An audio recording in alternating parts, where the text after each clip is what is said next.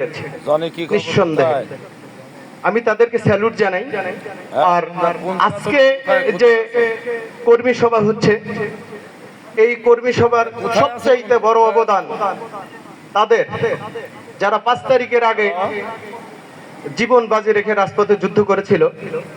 আর সত্যিকার অর্থে আমাদের এখানে যেটা সমস্যার কথা আমার নেতা জানতে চেয়েছে, আমি যতটুকু বুঝি আমার জায়গা থেকে, 5 তারিখের আগে মূলত বিএনপি করা লাগছে। এখন তো বিএনপি করা লাগে না, এখন বিএনপির জন্য যারা ওভার অ্যাক্টিং করছেন, দলের জনপ্রিয়তা শুধু তলানিতে যাচ্ছে।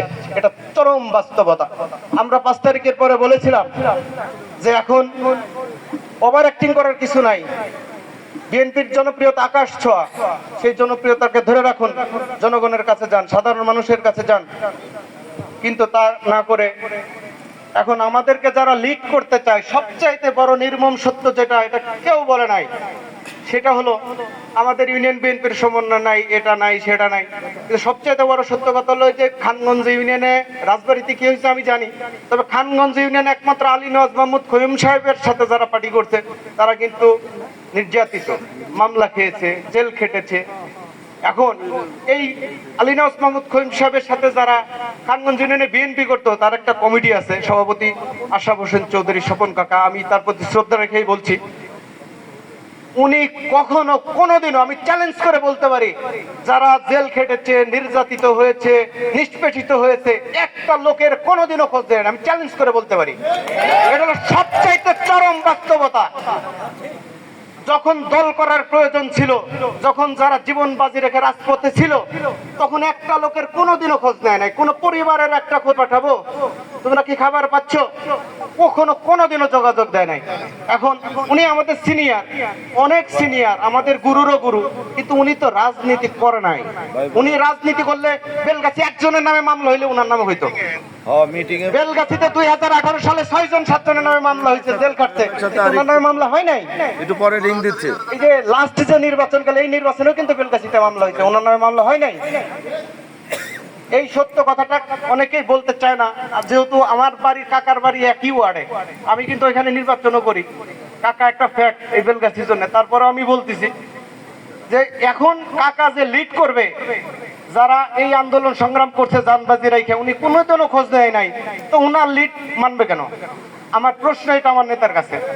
উনি যদি এখন নেতৃত্ব দেয়, উনি যদি বলে যে তোমার এটা করতে হবে, আমি কেন করতে যাব? 5 তারিখের আমি যখন আমি আলী নওয়াজ মাহমুদ খয়ুম সাহেবের বাসায় আমরা যখন আটকা পড়ি, বাসায় গুলি করে, আমাদের বেলগাছি 2-3 জন লোক কিন্তু গুলিবিদ্ধ হয়েছিল, মুতালিব শেখেরি, আব্দুর রহমান, ওদের কিন্তু বাসার মধ্যে থেকে গুলিবিদ্ধ হয়েছিল। আমরা ছিলাম কই, আমাদের তো কেউ খোঁজ নেই। 2018 সালে যে ছিলাম, একদিনও দেখতে যায় নাই। 18 সালের পরে যখন আমরা মোটামুটি এই যে আমরা কেউ ঘরে ঘুমাইতে পারি নাই, স্বপন কাকা খোঁজ নেয় নাই। জহুরুল ইসলাম প্রামাণিক তো উনি পলাতক ছিল, উনি পার্টি করতো আমি জানি।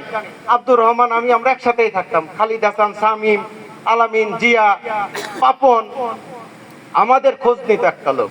আমি আসলে সবাই যেভাবে বলছে ওভাবে বলতে চাই না। অনেক সারা রাত ঘুরেও দেখতাম, যেটা 3টার সময় ফোন দিত, আতার হোসেন তকদির ভাই, সাইদুল তোমরা কোথায় আছো ভাই? আমরা নিরাপদে আছি, ওই জঙ্গলে আছি, ওইদিকেই থাইকো ভাই, পুরাতন বাজারে কিন্তু পুলিশ ঢুকছে, আমি ওইদিকে সাবধান করে দিছি, তোমরা ওইদিকে নিরাপদে থাইকো। এখন নেতৃত্ব দিতে হলে তো তাকে তো অবশ্যই নেতা হইতে হবে। আপনার বয়স বেশি, বিএনপিও বহুত দিন করেন, কিন্তু পার্টি তো করেন নাই আপনি, এখন এসে আপনার নেতা। এই যে সমন্বয়হীনতা কাকে বলে?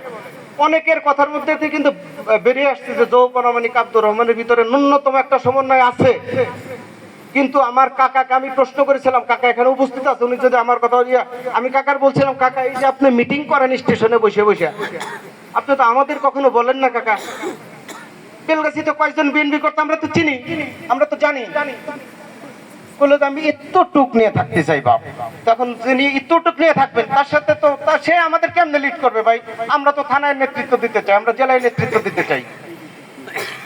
সবচাইতে যেটা বড় সমস্যা, আমি যেটা বুঝি আমার জায়গা থেকে আমি বললাম, সবচাইতে বড় সমস্যা খানগঞ্জ ইউনিয়নে হচ্ছে লোক বিএনপির মধ্যে। স্বপন কাকা পার্টি করে নাই, উনি বিএনপির লোক, উনি বিএনপি করে, যে কারণে 5 তারিখের আগে যারা বিএনপি করতো, রাজপথে যুদ্ধ করতে জীবন বাজি রাখা, তারা উনার নেতৃত্ব কেউ ওইভাবে মানে না। এটা আমি সত্যি কথা বললাম, এটা কেউ মানে না। যেই কারণেই মূলত এই সমস্যা, উনি একটা গোত্রকে লিড করে। সেই গোত্রের যেমন এই যে আমাদের শামীম বইলা গেল, আমাদের রোকন ভাই, আমি নাম ধরেই বলি, উনি এতদিন আর্মির চাকরি করতো, রিসেন্টলি রিটায়ার্ড হয়ে আসছে। উনি উনার মতো লোক কিন্তু আমাদেরকেও বলে ওরা কিসের থেকে, আর আমরা জেল খাটলাম, রিমান্ড খাটলাম, বনে জঙ্গলে ঘুমাইলাম, তুমি তো আমাদের কোনোদিন এক প্লেট